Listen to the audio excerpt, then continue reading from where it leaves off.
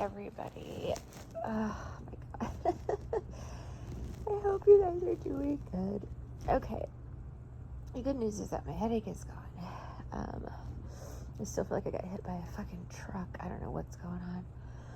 But probably just exhaustion from dealing with all this crap from these people. But anyway, I wanted to talk about narcopaths and chosen ones / light workers / whatever the hell you are, okay? People of the light. All right. So we're going to call them narcopaths. We're going to call them reptilians. We're going to call them narcissists. We're going to call them demons, okay? But whatever they are, it's them versus us. And if you're watching this and hearing this and know what I'm talking about, yeah, it's them versus us, okay? All right. So let's go back to when we were born, right? Like, we don't remember that. But, most of us have memories, like, pretty early on. Anyway, what my theory on this is that, narcopath parents, narcissist parents, demon parents, whatever you want to call them, do everything that they can, Jezebel parents, do everything that they can to make their children into Jezebels as well, into them, which is why, I don't know if you guys noticed this, but, like, my mom had, like, this, like, weird deadlock on my brother. Like, when, again, I don't know that they're my parents. I don't think I was born to them. For some reason, they took me and dumped me as soon as possible. Like, I think about it now, and I'm like, wow, because then my mom had my brother, and he was adored. He was, like, loved and cared for, and I was stuck in a back room, with a bottle of chocolate milk, watching The Wizard of Oz over and over and over again, and he was being doted on and cared for and loved and, dressed up and bought toys and all this stuff, and I was not, I was in the bedroom, in the dark, watching The Wizard of Oz over and over again. So I never understood why, and I don't know, I thought maybe later in life they were trying to make me jealous, but the thing is, I don't really have jealousy issues, like, I don't like, I mean, obviously when someone cheats on me, it's not that I get jealous of the other woman. It's not even jealous. It's honestly just, like, disgust and pain, I still don't have issues where I look at another woman and I go, oh, what makes her better than me, or I'm jealous of her. Like, I'm not jealous of anybody for any reason, and I just don't have that feeling in me to be jealous of people, right?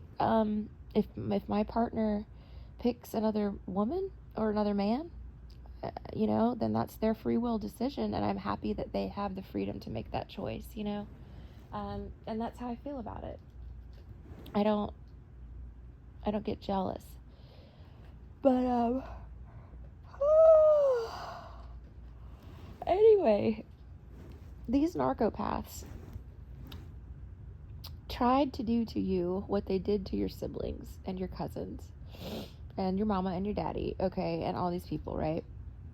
They tried to make you into a narcopath too, and they use different forms of means of doing that, right? It could be magic, it can be abuse.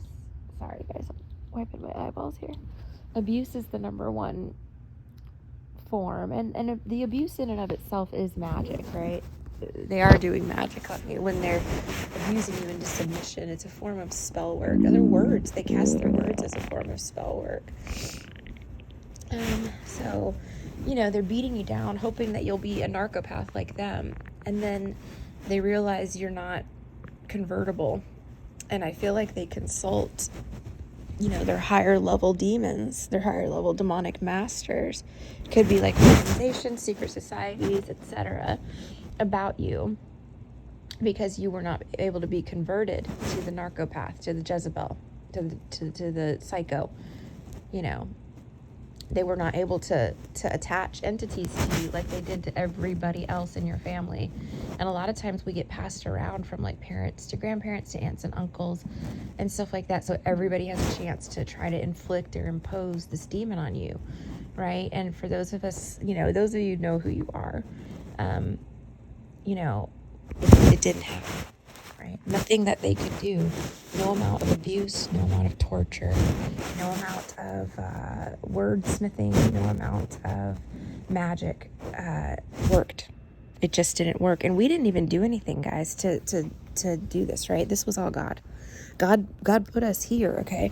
Listen with this, okay? God stuck us with these quote unquote families, right? Okay, because there was a light that needed to be shown on these situations, on these family groups, on these workplaces, okay, on these people, in these communities. All right, there was a light that needed to be shown. If you're a light worker, that's what this is. It's your job to shine the light, right? So you go in awake and aware, okay? Maybe some of us have been in fogs, guys. I was in such a fog for my whole life. My whole life. It was not until 2018 that I started going, wait a minute, this is slavery. Like, that's when I really got that feeling. And that was at the last place I worked, at the last big law firm, big fancy top 10 law firm. And I was like, I feel like a slave. Like, and I really couldn't get that out of my head. And I just dreaded going to work every day. I had already broken free from the traffickers, or so I thought, right? I had my own place, but they were still, monitoring my every single solitary move, doing all of it, right, behind the scenes. But I had my own place. I knew they were watching me, but I didn't realize it was everybody. I thought it was just the weirdo. So anyway,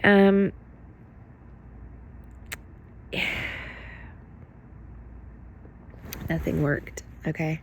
Nothing worked. And they consult this secret society and they realize, holy shit, this is a chosen one, right? You're a chosen one, collective.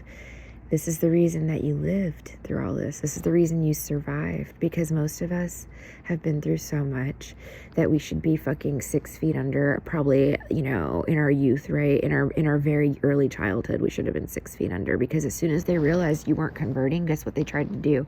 Take you out by any means possible.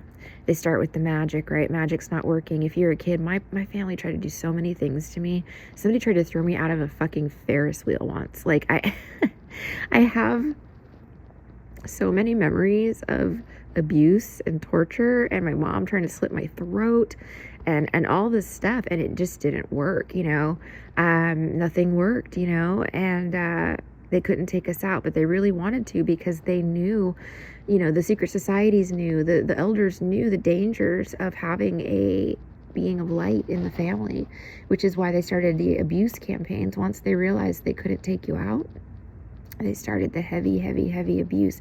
It all goes hand in hand, because that's what narcopaths do naturally, but it really started to hit home, and they started to really gang up on us then, making the whole family turn against you, right?